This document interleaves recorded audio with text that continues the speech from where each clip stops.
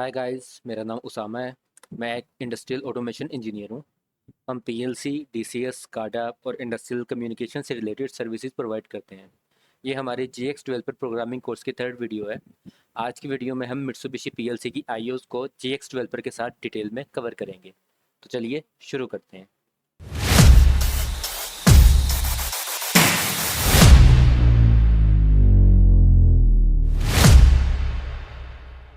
सबसे पहले मैं अपने सॉफ्टवेयर में आ जाता हूँ और यहाँ पे आके मैं एक नया प्रोजेक्ट क्रिएट करूँगा।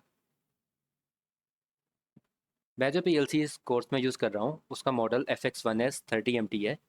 तो मैं यहाँ से FX1S ही चूज़ करूँगा। आप लोग अपनी पीएलसी के मुताबिक में मॉडल चूज़ कर सकते हैं। सबसे पहले मैं आपको बताता चलूँ कि पीएलसी में टोटल 4 किस्म की इनपुट होती हैं, जिनमें normally open input, normally close input, rising edge और फॉलिंग एज हैं। इसी तरह पीएलसी में 3 किस्म की आउटपुट्स हो सकती हैं, जिनमें एक नॉर्मल कोयल, एक सेट कोयल, एक रीसेट कोयल, ये तीनों शामिल हैं। अब हम तमाम इन आईओस को एक एक करके बारी बारी चेक करेंगे। नॉर्मली ओपन और नॉर्मली क्लोज इनपुट को समझाने के लिए मैं अपने पीएलसी में एक सादा सा प्रोग्राम बना लेता हूँ।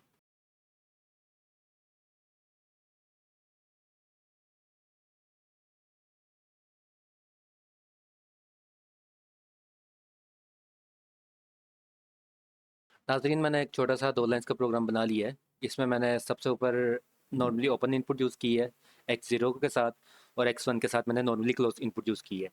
और दोनों के साथ ही मैंने एक एक आउटपुट जोड़ दी है, एक Y0 और एक Y1। अब मैं अपने प्रोग्राम को कंपाइल कर लूँगा और चेक करूँगा इसमें कोई एरर तो नहीं है।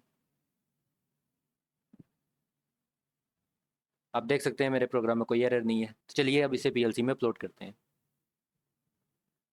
पीएलसी में प्रोग्राम अपलोड करने से पहले हम अपनी पीएलसी को ऑन कर लेते हैं और पीसी के साथ कनेक्ट कर लेते हैं।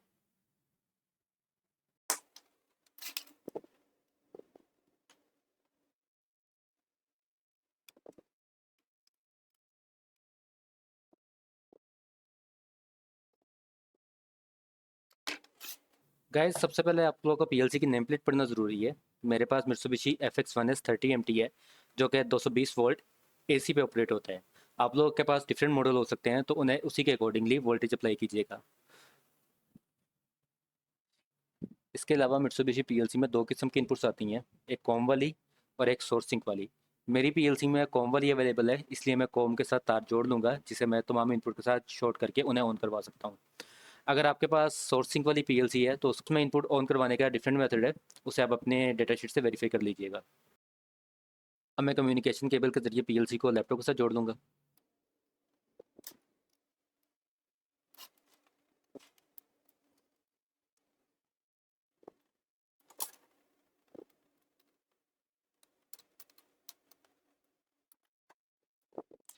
देन मैं पीएलसी की पावर ऑन करूंगा।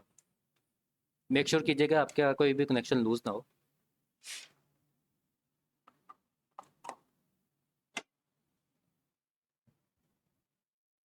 आप देख सकते हैं मेरी पीएलसी ऑन भी हो गई है और रन पे भी आ गई है।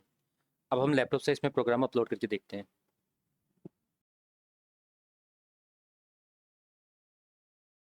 गाइस, अगर किसी को पीएलसी में प्रोग्राम अपलोड और डाउनलोड करना नहीं आता, तो उसके लिए मैं ऑलरेडी एक डिटेल वीडियो बना चुका हूँ, जिसका लिंक मैं आई बटन में दे दूंगा। आप लोग जाके वो वीडियो लाजमी देख सकते हैं।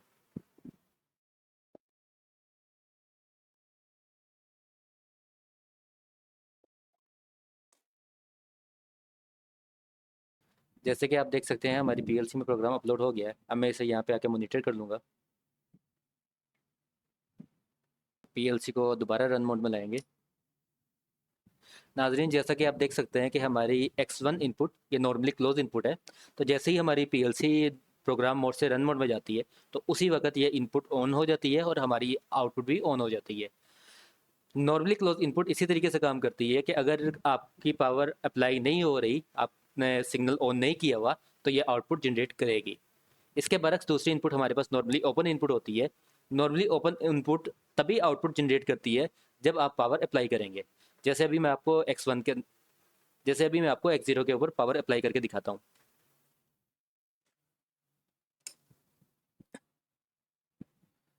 आप देख सकते हैं जैसे ही मैंने X0 पे वो पावर अप्लाई की, तो उसी के साथ साथ Y0 की आउटपुट भी ऑन हो गई है। Normally close input normally open input के इन्वर्स काम करती है। जैसा कि नॉर्मली ओपन इनपुट तब आउटपुट जनरेट करती है जब पावर अप्लाई की जाए, और उस वक्त बंद होती है जब पावर ना अप्लाई हो रही हो। लेकिन उसके बरक्स जो नॉर्मली क्लोज इनपुट होती है वो उस वक्त आउटपुट जनरेट करती है जब पावर ना अप्लाई हो रही हो। लेकिन जैसे ही हम इस पर पावर ऑन करते हैं तो ये अपनी आउटपुट को ड्रॉप कर देती है। जैसे कि मैं यहाँ X1 पे पावर अप्लाई करता हूँ। जैसे ही मैंने X1 पे पावर अप्लाई की तो आप देख सकते हैं हमारी जो आउटपुट है वो ऑफ हो गई है। उसके बाद हमारे पास आती हैं राइजिंग एज और फॉलिंग एज। राइजिंग एज और फॉलिंग एज को समझाने से पहले मैं आप लोगों को आउटपुट्स के बारे में समझाऊंगा, ताकि हम लोग राइजिंग एज और फॉलिंग एज को इजीली मॉनिटर कर सकें। सबसे पहले आउटपुट में हमारे पास आती है नॉर्मल आउटपुट, जिसे हम लोग नॉर्मल कोई भी कहते हैं और आउट से डोनेट करते हैं। हम इसी कोड के अंदर ये जो Y0 और Y1 है ये नॉर्मल आउटपुट है। जब भी X0 या X1 से इनपुट ऑन होती है तो Y0 और Y1 उसके अकॉर्डिंगली नॉर्मल एक आउटपुट जनरेट करते हैं, और आउटपुट तब तक ऑन रहती है जब तक इनपुट हमारी ऑन होती है। जैसे ही हमारी इनपुट ऑफ हो जाती है तो हमारी आउटपुट भी ऑफ हो जाएगी। दूसरे नंबर पे हमारे पास आती हैं set output. Set output basically normal output की तरह बिहेव नहीं करती, बल्कि जब भी पावर अप्लाई होती है ये ऑन हो जाती है, और हम तब तक ऑन रहती है जब तक रीसेट ना अप्लाई किया जाए। सेट आउटपुट समझाने के लिए मैं एक और लाइन का कोड बना लेता हूँ।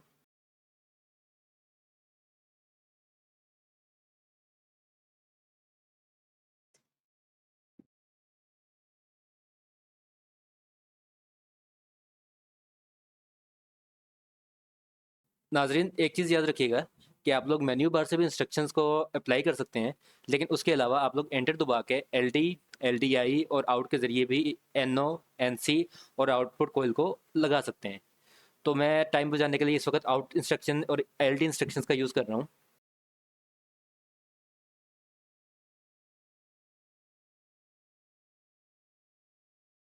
अगर हम कहीं पे गलत इंस्ट्रक्शन यूज़ कर लें तो हम डबल क्लिक करके और यहाँ ड्रॉप डाउन के ज़रिए उस इंस्ट्रक्शन को चेंज कर सकते हैं। जैसे अब हमें चाहिए सेट इंस्ट्रक्शन। सेट इंस्ट्रक्शन, आप देख सकते हैं कि सेट इंस्ट्रक्शन यहाँ पे अवेलेबल नहीं है, तो मैं इसे डिलीट करूँगा। उसके बाद सेट Y2।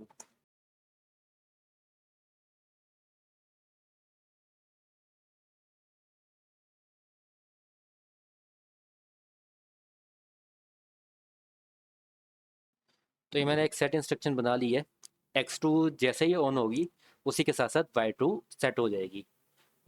तो मैं इसे कन्वर्ट कर लेता हूँ। इसमें एरर चेक करूँगा। एरर्स। अभी प्रोग्राम अपलोड करते हैं।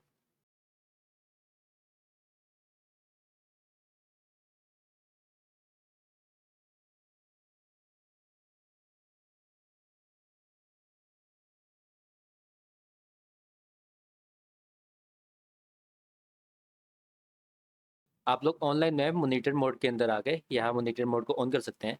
उसके अलावा मेन्यू बार से भी हम लोग यहाँ डायरेक्टली मॉनिटर मोड में जा सकते हैं। तो मैं मॉनिटर मोड में आ गया हूँ। अपनी PLC को रन करूँगा। आप देख सकते हैं यहाँ से हमारी PLC का स्टेटस क्या है, ये स्टॉप था पहले और रन हो गया है अब। अब जैसे ही मैं X2 पे इनपुट अप्लाई करूँगा आप देखेंगे Y2 ऑन हो जाएगी, और ये ऑफ तब तक नहीं होगी जब तक हम इस पर रीसेट इंस्ट्रक्शन अप्लाई ना करें।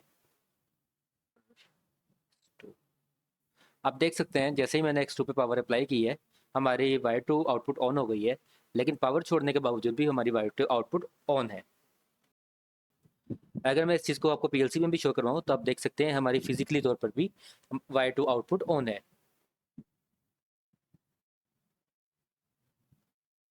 और उसके साथ साथ Y1 भी ऑन है, वो इस वजह से क्योंकि X1 हमारे पास नॉर्मली क्लोज इनपुट है।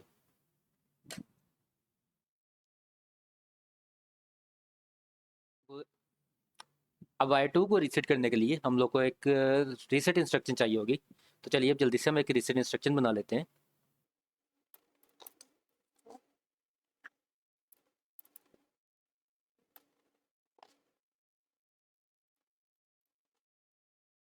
गाइस ये एक नॉर्मल सी रीसेट इंस्ट्रक्शन है।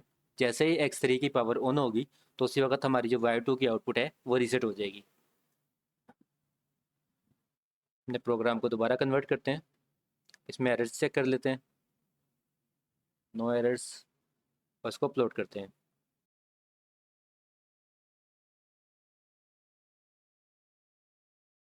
कुछ पीएलसीज़ में बेसिकली ऑप्शन होता है कि जैसे ही हम लोग प्रोग्राम अपलोड करते हैं तो वो ऑटोमेटिकली रन मोड से प्रोग्राम मोड में चली जाती हैं। लेकिन मित्सुबिशी के अंदर हम लोग को फिजिकली तौर पर बटन के ज़रिए प्रोग्राम मोड और रन मोड पर स्विच करना पड़ता है।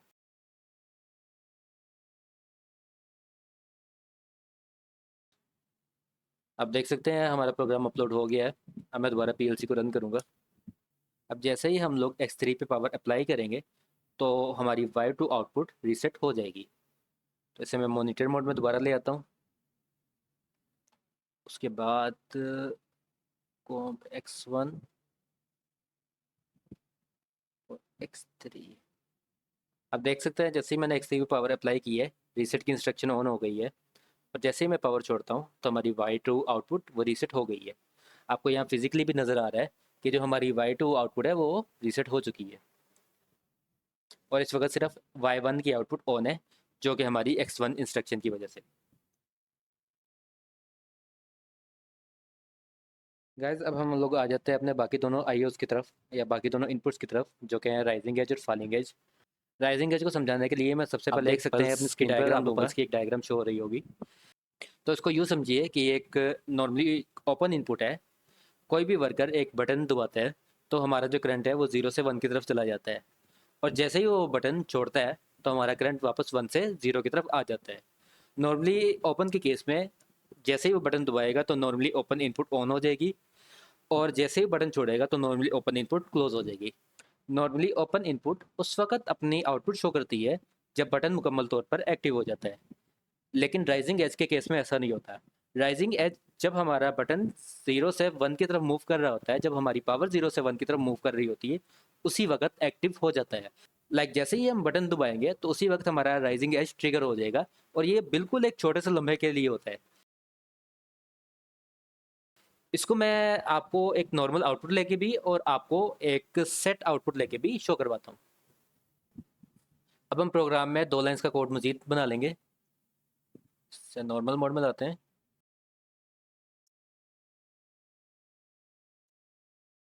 ये हमारे पास एक राइजिंग एज की इंस्ट्रक्शन है। इससे मैं एक नॉर्मल आउटपुट ऑन करवाऊंगा। जैसे हम ले लेते हैं Y3,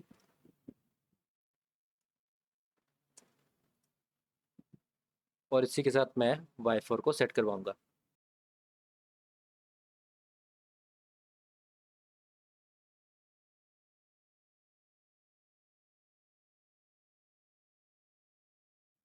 कन्वर्ट प्रोग्राम। हमारे प्रोग्राम में कोई एरर नहीं है। इसे हम अपलोड करते हैं। उससे पहले पीएलसी को दोबारा प्रोग्राम मोड में ले आते हैं।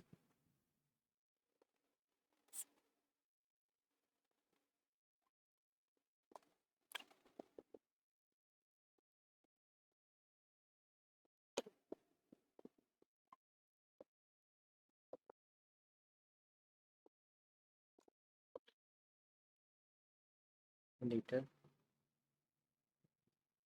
इस वक्त आप देख सकते हैं कि हमारी Y3 और Y4 दोनों आउटपुट्स ऑफ हैं।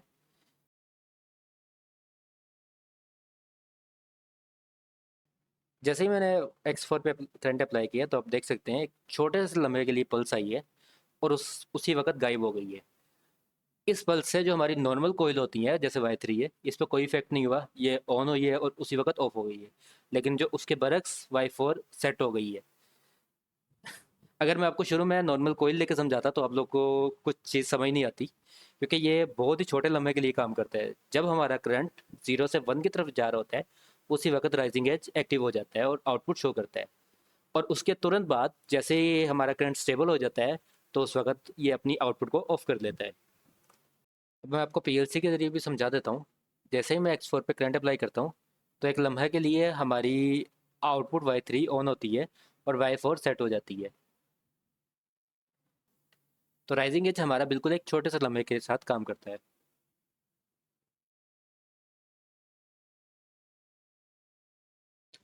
फॉलिंग एज राइजिंग एज के इन्वर्स काम करता है। जैसे राइजिंग एज उस वक्त ट्रिगर होता है जब करंट हमारा 0 से 1 की तरफ जा रहा हो, लेकिन फॉलिंग एज हमारा उस वक्त ट्रिगर होता है जब हमारा जो करंट है वो 1 से 0 की तरफ जा रहा हो। जब वर्कर अपना बटन रिलीज कर रहा हो, ये रिलीज के वक्त एक्टिव होता है। इसको समझाने के लिए मैं एक और लाइन का कोड बना लेता हूँ।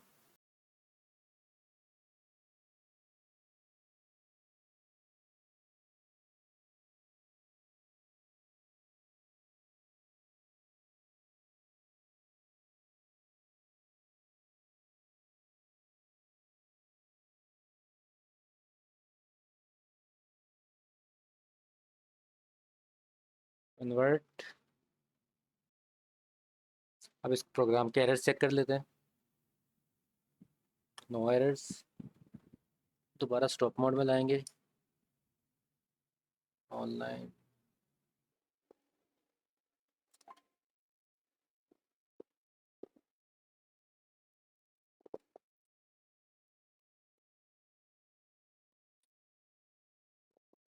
मॉनिटर।